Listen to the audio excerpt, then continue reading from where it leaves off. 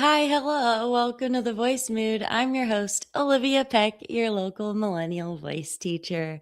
Welcome. I'm so glad you're here. Pull up a seat, or if you're listening in the car, drive safe. Grab your coffee or your beverage, and let's talk singing. If you have singing questions, I'm a voice teacher, voice coach. And I've been teaching for about 10 years now. I love what I do, and I love talking about your singing questions. Singing is kind of complicated, and every single person is different. So we have a lot of great topics from the week. Make sure you are subscribed, by the way. I always forget to say that, but I go live almost every week to do this little Q&A. So let's get started. We have some good topics, had some good things come up in the comments. So throughout the week, I get comments on the YouTube channel, and we're going to be analyzing some vocals today, which I love to do. It always makes me a little nervous because, you know, watching a famous singer, there's a lot there. There's a lot to pick apart. I try to find live videos for you guys because they're a little bit easier to analyze without the production. But, sometimes it's good to listen to a produced song as well and kind of try to suss out what's going there. So we'll be doing a little bit of that, talk about Air Supply and Sleep Token. Have y'all heard of Sleep Token? A lot of my students are singer songwriters, and I want to give a shout out to Jenna Richard. She had an album come out. She's a New Orleans girly like me.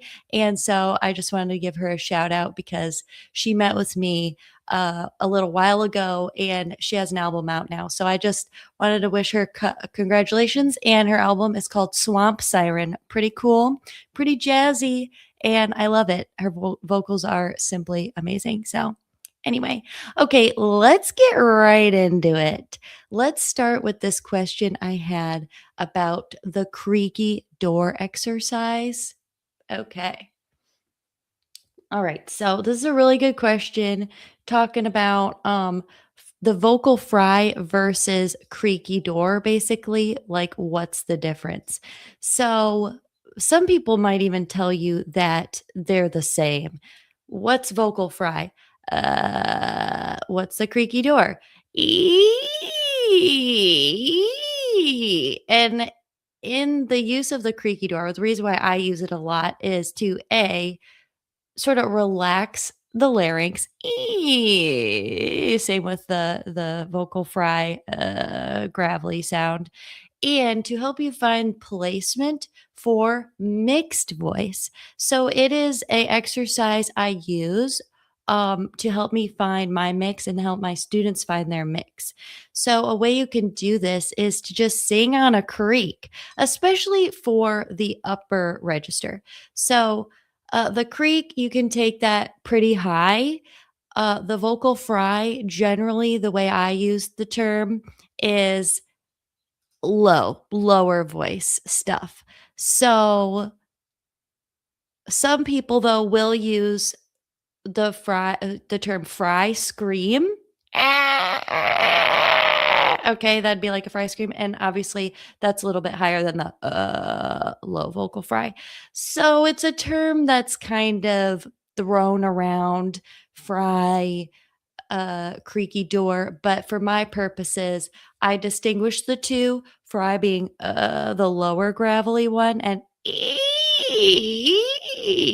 creaky door, the creak, being something you can take up higher. So in terms of how it feels, you want to make sure that it doesn't feel super squeezy. I've heard people do the creak and it sounds like they're going like choking a little bit. So you want to be careful. It's more of a crackly vibration feeling as opposed to like squeezing. And that's one reason why I like to guide students through it, because I want to see how they're doing something. A lot of vocal exercises out there, they're great in theory, But when we imitate them, sometimes we are not doing exactly what the demonstrator, the vocal coach, or whoever is doing it. I see that happen all the time. When I was first trying to find my mix, I went way too nasally with it because all the examples I was seeing was nya, nya, nya, nya, nya, and it was too heavy. I was putting too much nasal in it. So that's a good thing to point out. Like it should feel effortless to do a creaky door sound. But if it feels effortful, it might not be the one to help you find your mix. So if you're trying to sing you are beautiful, and it's coming out kind of airy, and you want it to be more, you are beautiful, more like mixy. Try it on a creak. You are beautiful, beautiful.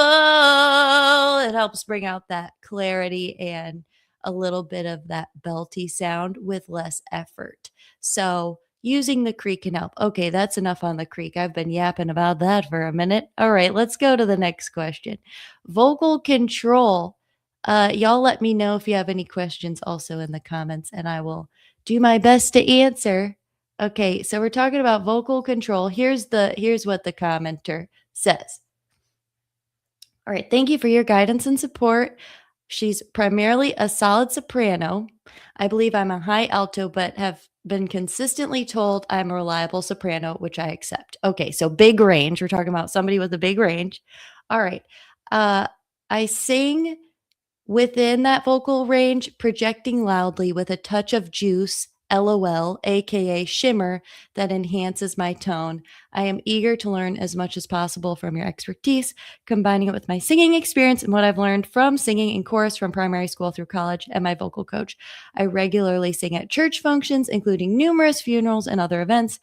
So, for instance, she says she can sing like Jennifer Hudson with a similar weight to my voice, and no one really knows where her voice comes from. She's got whistle tone, so a lot of things going on. And I really love this comment because obviously this person can do a lot with their voice, and that's very exciting. And a lot of people desire that, a big range, being able to do whistle tones and give it some shimmer and some intensity and then backing off. So I do wonder, when you have this much range, um do you deal with a little bit of analysis paralysis? What type of tone should I go with today? What's my sound? When should I belt? When should I ease off the gas? And that's going to come down to your expression. A lot of times when somebody can belt, or when somebody can do all these different things, they feel like they have to use it all the time. And I look at artists like Billie Eilish, who are really good examples of this. Billie Eilish can belt. Billie Eilish has a pretty big range, but the expression and the storytelling she does with her voice takes precedent, and she makes choices based on what she's trying to say to us in a song. So I really encourage you, if you have a big voice, to really hone in on vocal control and making choices. For instance, I could do, you are beautiful no matter what they say. Well, well, well. I could do all these crazy things, but it would be too much. I mean, think of Fergie doing the national anthem, okay? And it's iconic for a reason because it was just too much. Fergie has a great voice. She didn't need to be doing all that. Think about the meaning. Think about bringing it down. You can just speak it. You are beautiful no matter what they say, or higher. You are beautiful no matter what they say. I'm not doing too much. I'm just singing, and then I can pepper in some more things on top of that. But start there. Start with just what comes out when you just sing the notes, sing the words. Anyway, okay, moving on. I find that my mix is more nasal twang on the bottom half of my range and then more baby cry on top. Okay, that makes sense. but they don't really like to connect when I go to sing songs. So when you are singing your songs, you're going to want to map out where exactly the notes are sitting. Chances are if you're feeling that disconnect in weight, it's probably because of the segue from low to high and going through that middle part, the passaggio, where it sort of starts to break apart. So when you get there, you're going to want to ease up on the gas. Mixed voice belting functions when there's not too much breath pressure, especially when you get to a break in your range, or we call it the passaggio. So ease up on the gas in those transition parts, and just overall, if you feel like there's a really stark difference in the sound.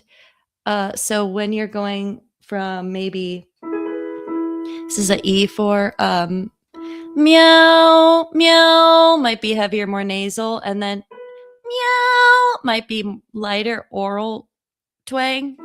Meow. In between, I'm going to have to lighten up. Meow. As opposed to meow. Trying to push it through there because it might crack or something. It might crack. It might not be as smooth. So ease up on the gas. That might help. Let me know if it does. All right. Good question. Ooh. If I could do a vocal analysis on George Ezra, maybe so. Maybe I'll try to do that today. We'll see if I have time. Okay, good question. Um, yeah, talking about Ocean Eyes, Billie Eilish, how she uses her voice. Yeah, it's not a crazy song in terms of range and stuff, but it's so powerful because of the way Billie uses her voice. Billie, like she's my friend and I know her. LOL. I wish. Okay. Yeah, it's a good one for dynamics. Okay, so I tend to use a lot of throaty growl when I sing in your natural falsetto voice. Okay, girlfriend taught me how to pull that off. She does a lot. Okay, so I think you're talking about, yeah, the Christina Aguilera growl thing. You are beautiful, like that thing. I don't do that very much. Can you tell? But yeah, it can be sort of like we hear stuff and then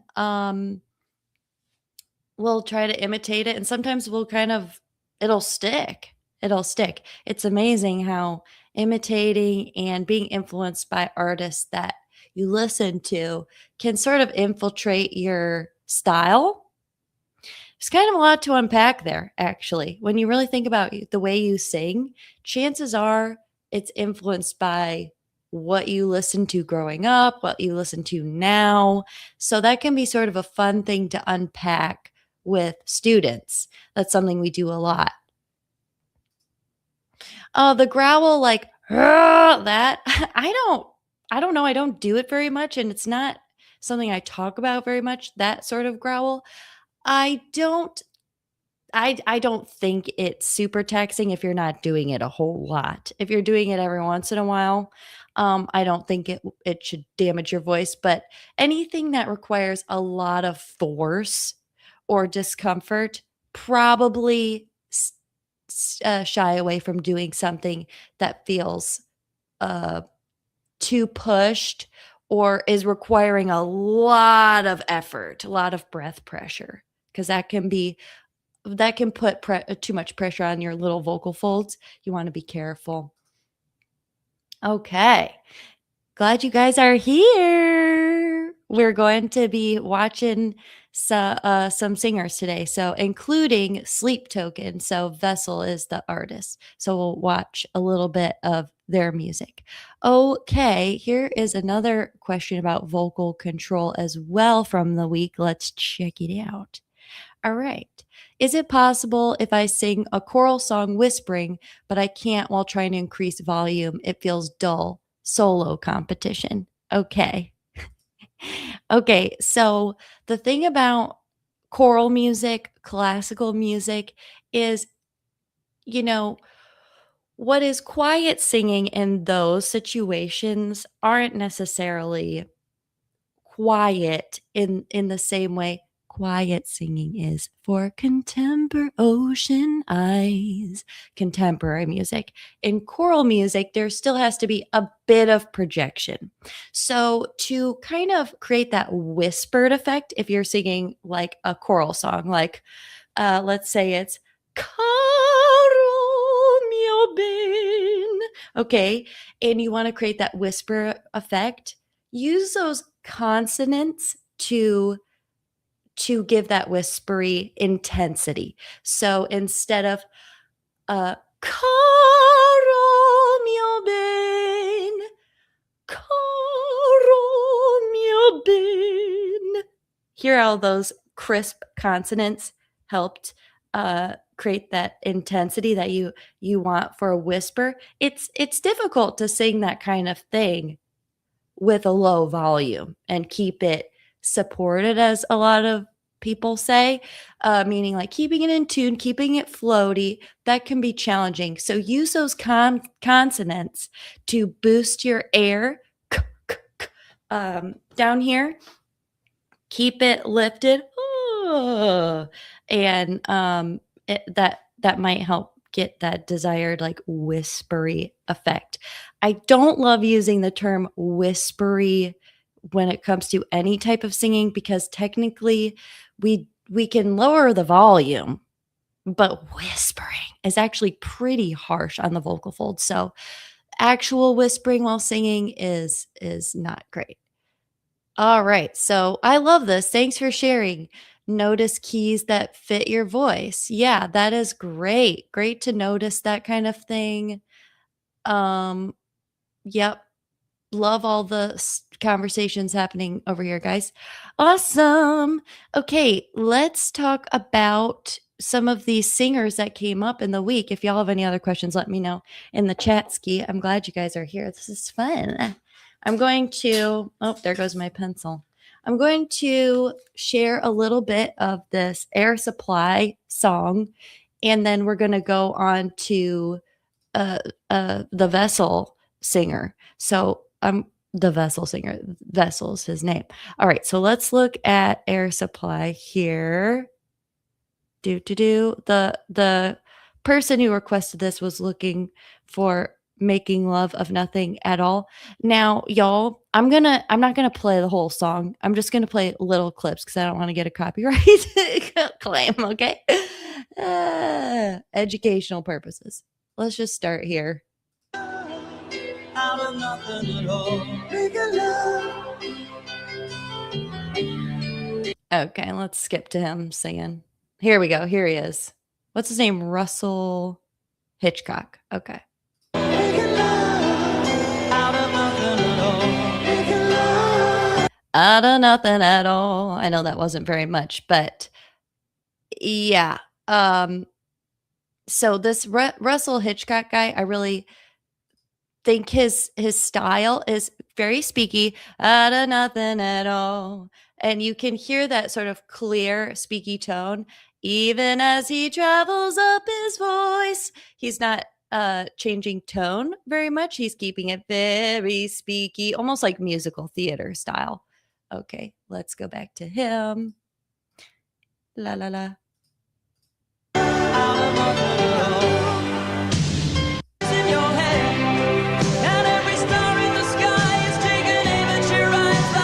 Hear how it's still speaky even up there.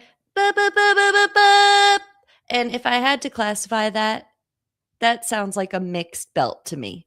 Why do I not think it's a chest mix? I think it's more almost head mix, if I had to get really specific, is there's not a lot of weight in it.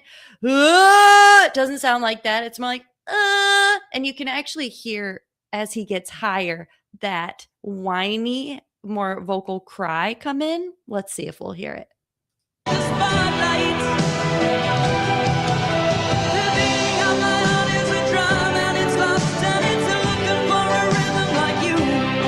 If you wanted to achieve this quality, try it on a maybe a bwup, like we talked about last time.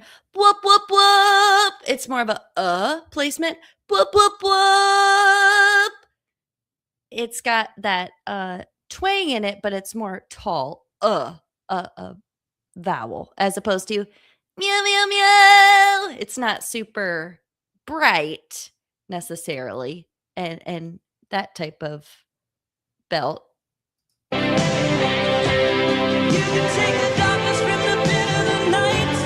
Hear that? Night, night. That little night. Yeah, somebody said wah, bratty wah. Yes, I would agree. Wah could work as long as it's not wah too bright, unless you're doing the night, that little diphthong up there. Night wah. That would work. And as far and the other parts, nothing at all, nothing at all. That more tall, I would use like a bwup for that. But yeah, good point. I think bratty is a good word to use for finding the mixed belt. So yeah, really straightforward vocals, in terms of he's not doing a lot of crazy stuff with vowels. Like he's not doing the distortion thing when he's belting like a lot of rock singers do. He's not adding a lot of that type of style, like some people call it like the whispering, as we were talking about. Nothing at all. He's not doing something like that. He's just singing, and he's bringing his speaking voice higher, very speech like. So kind of cool. I hope that helps someone out there. Definitely glad that this commenter brought it to my attention. What's his name? Jim. Thanks, Jim. Yeah, we watched Lou Graham last week. That was fun. Okay, let's go on to how about Vessel? Okay, so this is Sleep Token. And I just wanted to say, with this Sleep Token band, there's a Rick Beato video I just watched analyzing some vocals or the sound of Vessel, and I thought that was helpful too, because this particular band, like a lot of them, does use quite a bit of production, and that definitely contributes to the smoothness of this person's voice. So let's go to one of his songs here. Do do do do. Let's look up them live. Okay, how about this one? All right, I'll share my screen with y'all. La la la. All right, let's go. Here we go.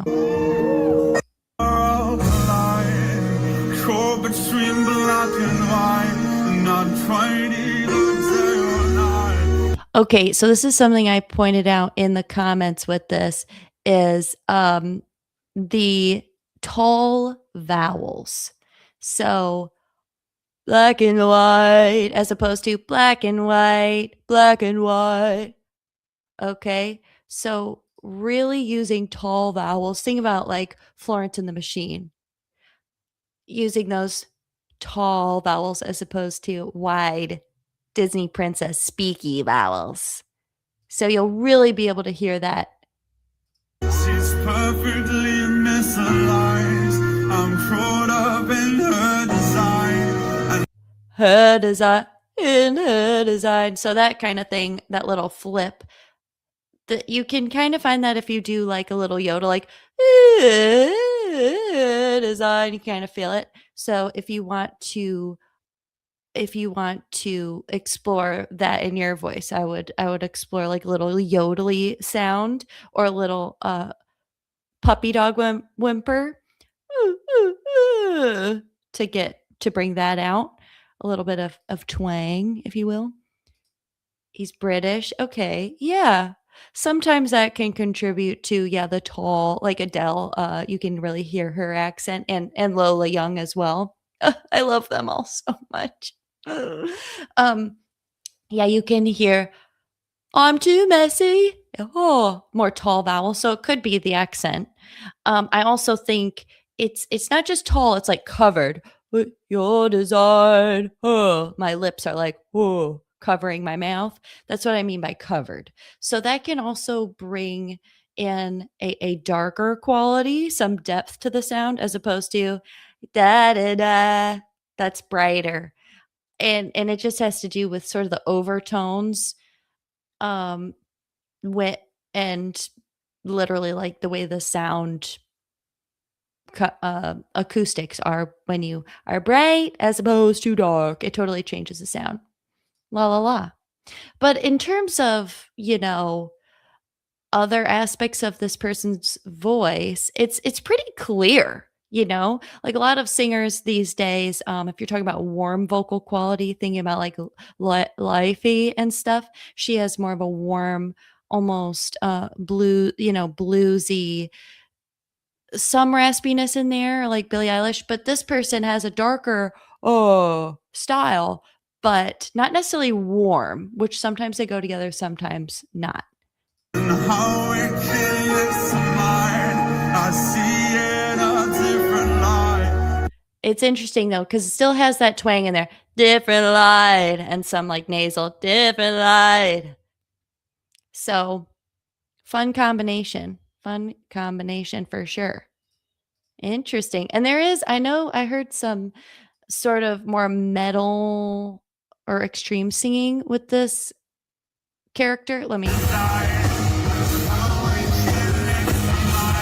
And you can hear the layers even on in this live performance. Like you can hear there's either a backing track or some backup singers somewhere. It's probably a track. In fact, I talk about that with Mary Do in the live yesterday.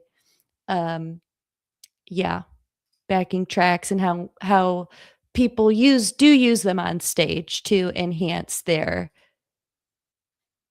live performances as well, especially big commercial music like this, just to create the atmosphere, the effect that you hear on the record. And so that's kind of fun. Mary Do calls it ear candy. All right. They do genre blending, but most people group them with metal. Oh, okay. Okay. I don't know a ton about this band, but super fun when bands do that, when they do. I love the genre bending as well. Okay. Ooh, here we go. Here's Never Enough by Lauren Allred. Love that song. I've noticed she sings me as May. Yep, a lot of karaoke singers who perform it at karaoke nights, and I'm talking good karaoke singers, by the way, do the same. Yeah, so that's a great example of vowel modification. In fact, I saw a meme today that was Jennifer Hudson doing, You're gonna love me, May. So when you try to sing a closed vowel like me, you can feel the tightness sometimes. Me. Sometimes E can bring out that brightness, but the higher you go, a lot of the time, you're going to want to make that vowel a little bit taller. E. I'm still singing E, maybe, up there. So let's see. Never enough for me. Yeah, for me, for me, for me. If I try to do for me, can you hear the difference? The me is a much fuller sound, and it's just a vowel change. I'm not really doing much different in terms of placement. I'm just changing from me,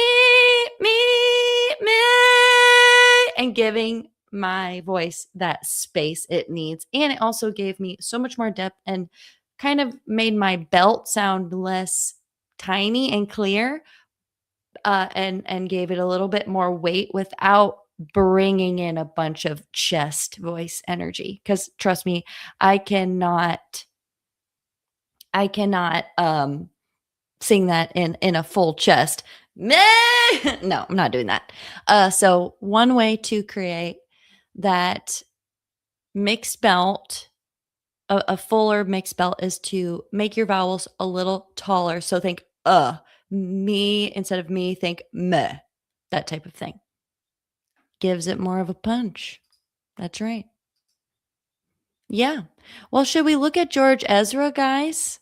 I think Chris was asking about George Ezra. Let's see. Let me see if I can find a live version of him singing, because George Ezra is a great person for baritones to check out, true basses and baritones, because he has a more bass sounding voice or range, I would say, and you don't see that too often in the pop world, I would say. Would y'all agree? That's kind of a thing that comes up a lot. Okay, here's him singing. Let's see how this is, y'all. I don't know. British Music Awards, maybe? I don't know. I have achieved. It may be hard for you to stop and believe, but for you. Stop and believe. Another person who's using those nice toll vowels. What? Look at his mouth. Let's watch his mouth.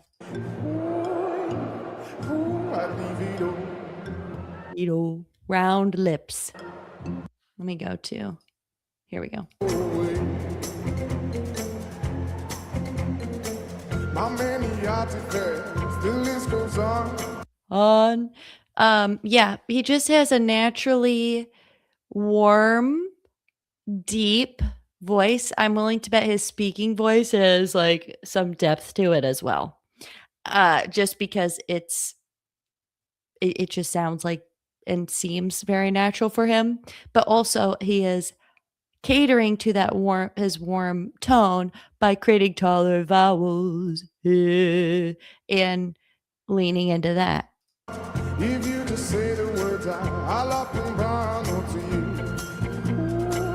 you. And when he goes up to the higher notes, he's popping into falsetto. Ooh, interesting. He also uses vibrato.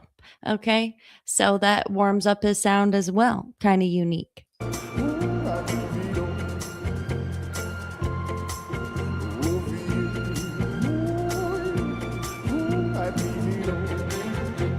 Okay, let's see if he does a little bit of something a little more intense here. Baby, if you owe me, then all of this. Baby, so even though he's bringing in a little bit more intensity there, he's not doing something like a lot of compression, like he's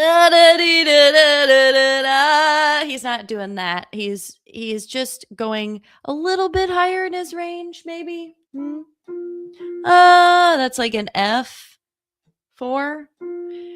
So for a baritone, that would be getting up into almost the maybe around the passaggio, a higher passaggio.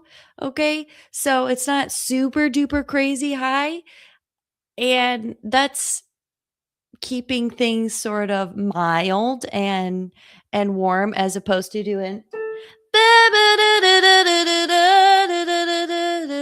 if he went way up to like an A4, that would be a little bit more intense. Okay, so he's keeping things kind of mild by keeping things in a lower zone and in that comfy range. F4 is getting on the high side, yeah, especially for like bass baritones. I would agree. And he might be more of a bass, that could be like more his tippy top. I'm not sure. So that's a good point. Really depends on the person. I have quite a few students where E4, can you sing that? A lot of male presenting students where that's like they're starting to tap out there. So it's very normal to, only get up to there and try to stretching beyond that feels like a bit of a reach. So yeah, good question. Good, fun one to analyze, y'all. Thanks for bringing that up. Another topic I wanted to bring up with you guys is I talked with my friend Mary Dew yesterday, and I'll link our video She is a former music producer.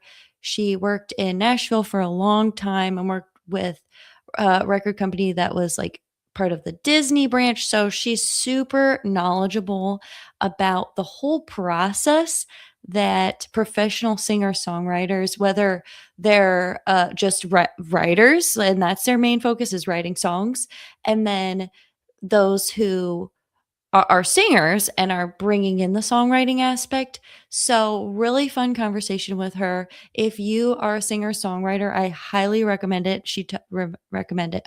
She taught me a lot yesterday about how to get squared away on publishing, copyright. What's the difference between a manager, record company, publisher, and all these things that go into it when you're first starting out. We talk about AI. I know a lot of y'all are using them for creating demos, so I would love to hear what you think about that. I certainly understand the use of it and never bat an eye when my students bring me a demo that's like AI. And we kind of unpack like the process and why you wouldn't want to use it, why people do use it. So it's kind of fun to talk about that stuff and learn about even more about song structure, what works, what doesn't, that kind of thing. So hope you find it helpful. And if you have questions for Mary about songwriting and being a singer-songwriter and all that, the business side, let us know because we're probably going to go live together again and answer questions. So just let me know if you have questions. Also, I still have a cool singing intensive sale going on for the spring. So if you check out oliviapeck.com, you can look at that. And I'm really excited about it because, voice lessons are one thing. The singing intensive is a nice little curriculum that I build for you. And it's a way to stick with it for either 4 weeks or 12 weeks, which is different than the more easy breezy voice lessons coaching. Take it at your own pace, 1 week at a time. The intensive is more focused, more let's create this goal, this very within this specific amount of time and track your progress. So that's been really fun to explore with people. All right. I see a lot of people use AI because they've been told they can't sing. It's sad because I know a lot of them could if they have lessons. That's a really insightful thing to say. I think so too. I think AI fills in the gaps where we feel like we can't measure up or there's a gap in our knowledge. And I understand why you would want to use it. And I mean, it's the same thing when I'm on GarageBand, okay, and I'm trying to put a little song together. I'm not getting a drum kit in here and teaching myself drums. That's just not going to happen. I'm going to use either somebody else or a pre-made drum track. So, in a lot of ways, AI is just doing that sort of thing, which I completely understand. Especially if you're just trying to create a demo and like learn it and try to learn from it. But, of course, sometimes it becomes a crutch. Sometimes it becomes a crutch. So it's just a topic of conversation that I like to keep the airwaves open on it. And thank you all for contributing to the conversation. Yeah. One AI app that I do use for educational purposes is Moises because it's a very easy app to use for changing the key to a song that you like, put it more in your key, which I think is very important. It's good for creating a little karaoke track. So if you have a song and you're just trying to learn it, but you want to practice without the vocals in the background and you don't have a karaoke track for it or a karaoke track in the correct key, you can remove vocals and it has all the stems in there. So that's great. Charlie Puth, I guess, has been collaborating with it. I don't really know much about that, but that's kind of funny. That's kind of interesting. Uh, yeah, but you can kind of with Moises, what I do like about it is you can sort of see if you don't have a DAW where you can split the stems like Logic Pro or something, you can just use Moises to split the stems and kind of reverse engineer what an artist did, see what key it's in, see the tempo. You can hear the parts individually of the guitar, the backup vocals. So I use it for my students quite a bit. And it helps with musical theater too, to split up a song that has harmony in it, to really hear the different parts, that sort of thing. Yeah, so there's lots of different tools within Moises that are helpful. Yeah. Okay, well, y'all let me know if you have any questions about singing. I probably will wrap it up soon. Another thing, I think we were talking about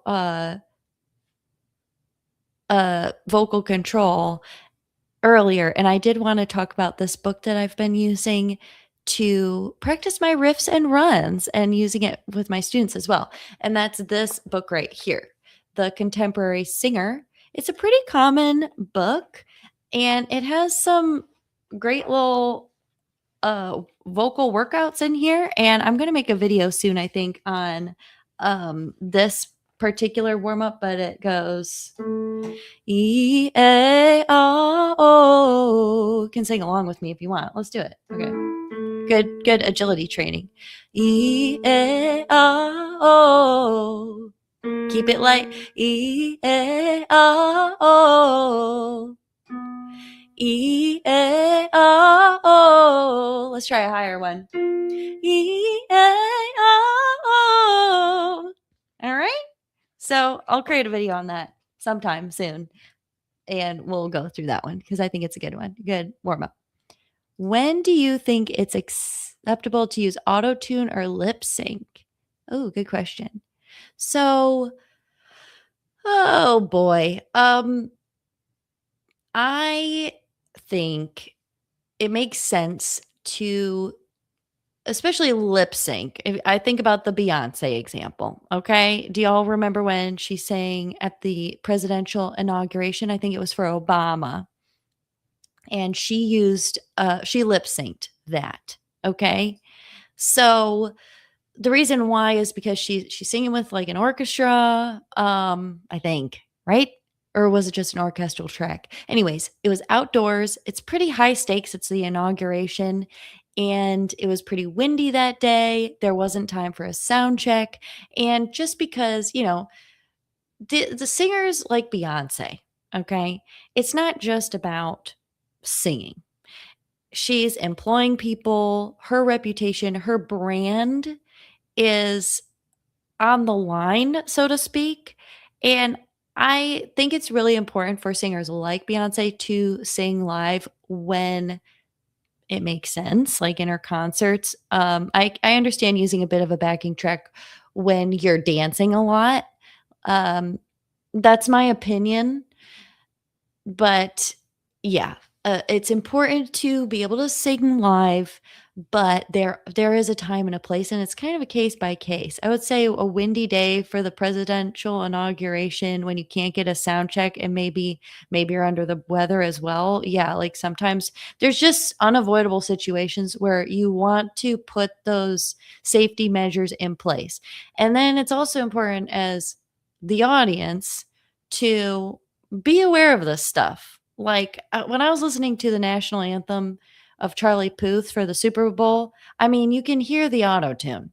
And Charlie Puth has said he uses auto tune in his live performances. So it's like just use whatever you want, but just be honest about it. I think if people ask, that's kind of my opinion. Yeah. And auto tune in music is a bit of an industry standard for especially for pop and rock, and it's even used in musical theater albums as well. So you know, I listen to, if you listen to like Wings of Pegasus analyzes Alicia Keys and how she doesn't use autotune on her record. No One, I think the song. Um, so you can hear the difference, and the sound is different. Autotune kind of has the shiny quality, for lack of better words, and that contributes to a pop sound, if you get what I'm saying. So I'm not against autotune. I think it's kind of like it's a tool, and it's a sound thing. But it's, yeah, I mean, within reason, like if you cannot sing live at all, I mean, then maybe you're more of a studio or computer artist, or more of an electronic artist, and that's okay. There's something to that too. But that's just kind of my opinion on that. I try not to be too hard on that topic, but it's industry. The industry isn't always super transparent on that stuff, so it's good to kind of like be aware of that. Yeah. So a lot of people, yeah, do use a lot of these tools, even live, even yeah, and on TV. Definitely, they want to like ensure that it's going to be a good performance. Do. I would definitely check out Wings of Pegasus's channel if you haven't already, talking about this stuff. Yeah. Okay. I'm just reading these comments. Do. Yeah. Yeah. Good comments, guys. If y'all have any other questions about singing, let me know in these last couple minutes here. But I think I'm going to hop off and uh, get ready for the rest of my weekend. It's going to be busy, but I'm so glad y'all are here. I'll probably be on for another live Q&A next week or the following week. So leave me your questions in the comments. And if you check this live stream out after it was live, I'm so glad you're here too. And welcome back. If you subscribe and hit the notification bell, you'll know when I go live. I also have a private Facebook group where I post little bonus things and share videos, and it's a fun little community where we talk about singing. So anyway, have a great rest of your day, y'all, and take care of yourselves. Bye.